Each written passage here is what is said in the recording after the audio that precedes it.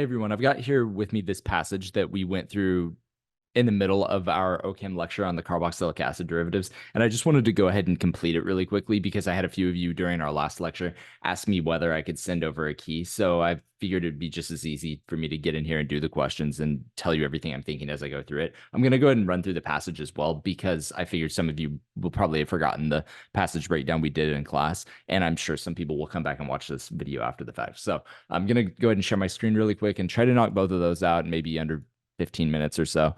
And just give you a sense of how I would do this passage. Please feel free to ask in the comments if you have any questions on this. All right, so this passage starts out saying that the drug, whatever this word is, also known as acetaminophen, this is Tylenol, is used to relieve pain and fever and is a metabolite of the antipyretic drug phenacetin. All right, so we see that phenacetin is figure 1. I'm going to go ahead and highlight that just to remind myself that that's the thing actually pictured. I'm going to go ahead and take a brief look at figure 1, 2. I see an aromatic ring, see an ether. Most importantly here, though, I see an amide, and that is the whole reason that I brought this in to our discussion in that class anyway. So we'll go ahead and talk about that as we move through. These two drugs have similar medicinal properties, but phenacetin has been shown to be carcinogenic and cause kidney damage. Acetaminophen is safer alternative, blah, blah, blah. We don't care about any of that. This goes on to say a student synthesizes acetaminophen in a laboratory from phenol. According to the reactions shown, the synthesis begins with the nitration of phenol by sodium nitrate. All right, so, and I'm going to go ahead and just follow along with this picture down here as it tells me everything because it's, it's just narrating this picture. So it reacts phenol with sodium nitrate and produces these two products right here. We get a mix, it seems like. These isomers can be separated by steam distillation to isolate the desired product for nitrophenol. All right, so we see this is the desired one that we have because that's the 4 version. Reduction of the nitro group. And I'm already asking myself, which of these is going to have a higher boiling point? I would guess that probably this one stays in solution a little bit better because these two are going to compete for each other's hydrogen bonding capacity a little bit, whereas this one has better ability to hydrogen bond all the way around the molecule, just a little bit better. Anyway, that's just kind of what's going through my head as I break this thing down. It goes on to say reduction of the nitro group with sodium borohydride, we see that down here, is followed by acetylation of the amine with the acetic anhydride, reaction 3, to afford the final product acetaminophen. Okay, and this is the whole reason that I had brought this passage in for that meeting, was to show you that there's a lone pair on this nitrogen, and that this lone pair of electrons on the nitrogen is ultimately going to come up here and attack this carbonyl carbon in the anhydride, which leads to formation of that tetrahedral intermediate that we talked about over and over and over again in class whenever these electrons jump up onto the oxygen. So now there are 4 things around that central carbon that was previously sp2 hybridized, meaning it's sp3 hybridized now. These reactions, when there's a decent leaving group present, resolve by reforming the double bond, the carbonyl double bond, and then kicking off the leaving group. In this case, the leaving group that's going to leave is these electrons are going to jump onto this oxygen, and this whole thing here is going to be our leaving group. And notice that is the conjugate base of a carboxylic acid. So while it's not fantastic in solution alone, it's a lot better than, say, taking a negatively charged nitrogen or a negatively charged carbon or something like that into solution. It's also better than a hydroxide or some alkoxide because these oxygens are able to resonate and share that negative charge on them between each other. So it just stabilizes the molecule a little bit. All right, anyway, so that's what's going on here. Let's go ahead and take a look at all the questions. So this first question says that compound 4-nitrophenol shown contains all the following signals in its IR spectrum except. So IR spectroscopy is mostly just geared toward identifying the functional groups and molecules. There are a few peaks that you need to be able to memorize or a few bands that you need to be able to memorize on IR. Specifically, I recommend knowing about the OH peak and the carbonyl peak. Those are probably the 2 most important. There are a few others as well. There's a table that we have in your student folder if you want to check it out. Anyway, if we take a look at this picture, there's really only one of these that's not present in the molecule, right? I mean, we see these carbon-carbon double bonds in that ring. Obviously, we see the OH here, and we see that there is an NO, of course. And so, this is pretty easy question. If you just look at the molecule, it's the only one not present. Moving on to the next one. Says, which of the following statements most accurately describes the component that remains in the reaction flask during the steam distillation? Okay, so we already kind of thought through this one while we were going through, right? Remember I said that between these 2 molecules right here, because those are the 2 that we do steam distillation on, this one on the right is going to have better ability to hydrogen bond with the solvent and with other molecules. So you're going to be able to form hydrogen bonds there. And then water is going to be able to form hydrogen bonds with that NO. Whereas these two are kind of going to cannibalize each other's hydrogen bonding with the solvent capacity. And so this one is going to boil earlier. It's going to take less energy to overcome the intermolecular interactions between 2-nitrophenol and the solvent and between adjacent, let's say, 2-nitrophenol molecules. And so it's going to leave solution earlier in the steam distillation, meaning that the 4-nitrophenol, the product that we're seeking here, ends up staying in solution longer.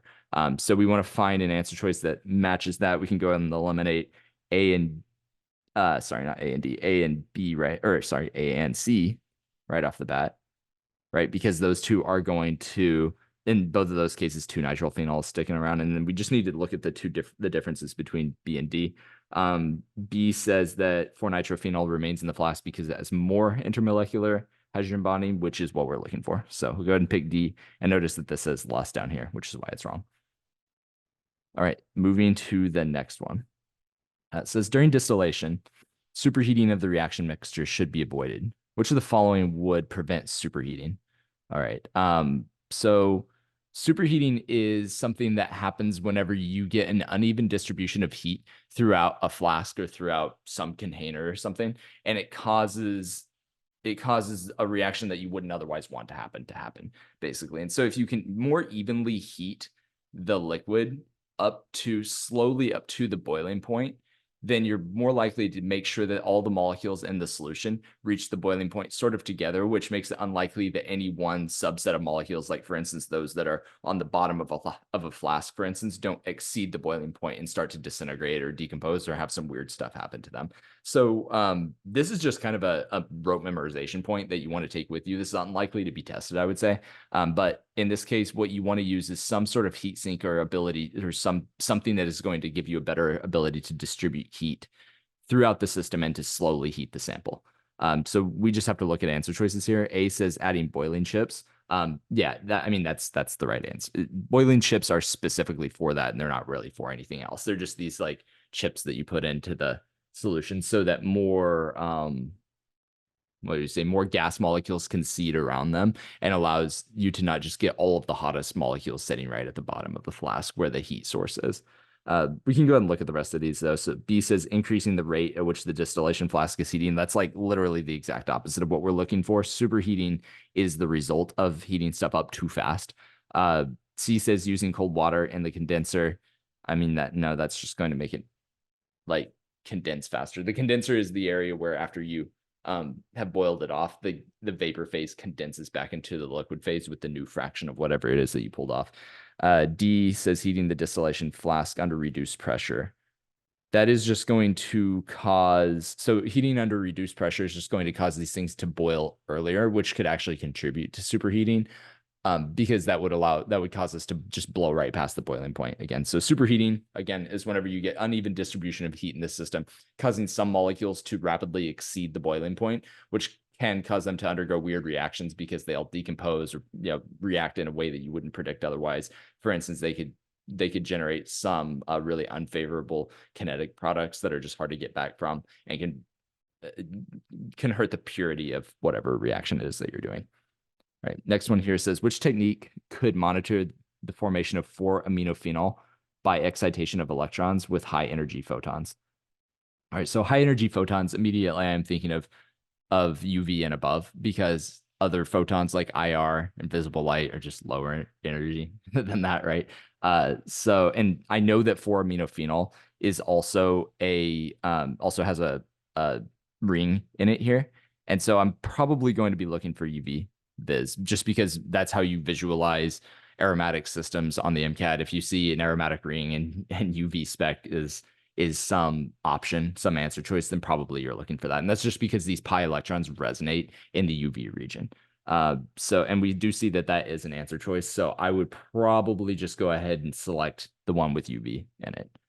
Notice it does say TLC here as well. We can't just do UV on this because the other products are also going to have the aromatic rings. And so TLC is going to allow us to see where each of these UV rings end up, where each of these UV signals end up. And so we want to pick the one that corresponds to the 4-aminophenol instead of for instance, the 2-nitrophenol or the whatever, the 4-nitrophenol. Okay. So anyway, just a thought on that. And this last one down here says normal phase TLC was used to monitor the formation of acetaminophen. According to the TLC plate shown, which spot has an RF value of 0.33 and what compound most likely corresponds to this spot.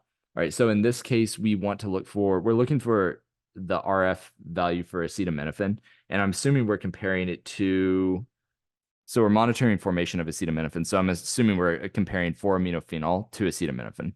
So basically what you have to ask yourself here is which of these is more polar. In normal TLC, it does say normal phase, right? Yeah, okay. Normal phase TLC, we're using polar. So you have a polar stationary phase and a non-polar solvent. Sorry, I'm just writing this all out for your benefit. Non-polar solvent. That means that non-polar stuff is going to move further down the plate and that the polar stuff is going to stick to the plate. So between these two molecules, you see that they each have a phenol group, and basically we're distinguishing between NH2 and the amide.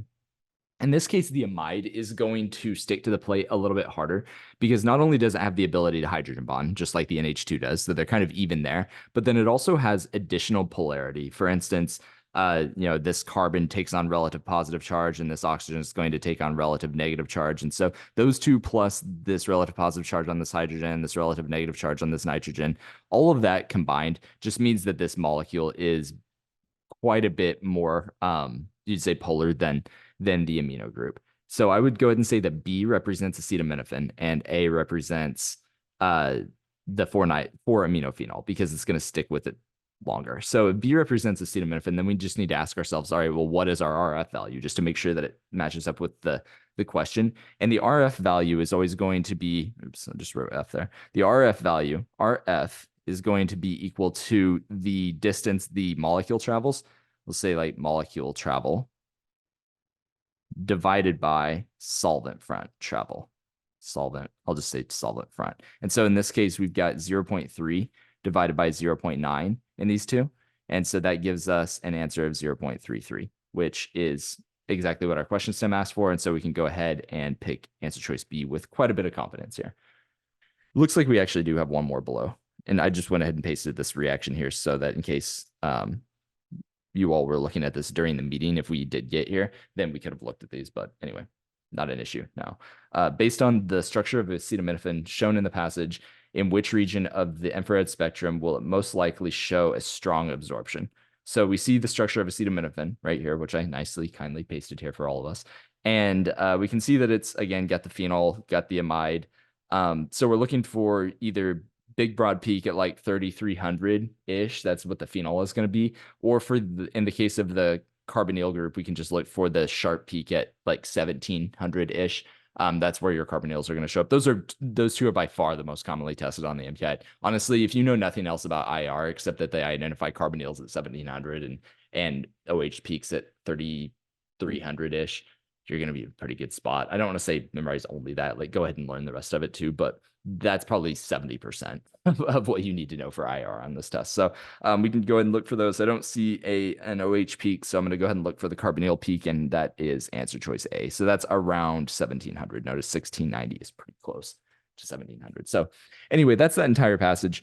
Not a whole lot else going on here. I hope that this helped any of you who are interested in seeing all of this worked out. I hope this is helpful. Please let me know if you do want to see more of these. These take me not very long to make. It took as long as you've been watching this video to make it. So I hope you all have a great rest of the day. And please let me know in the comments if you have any questions at all.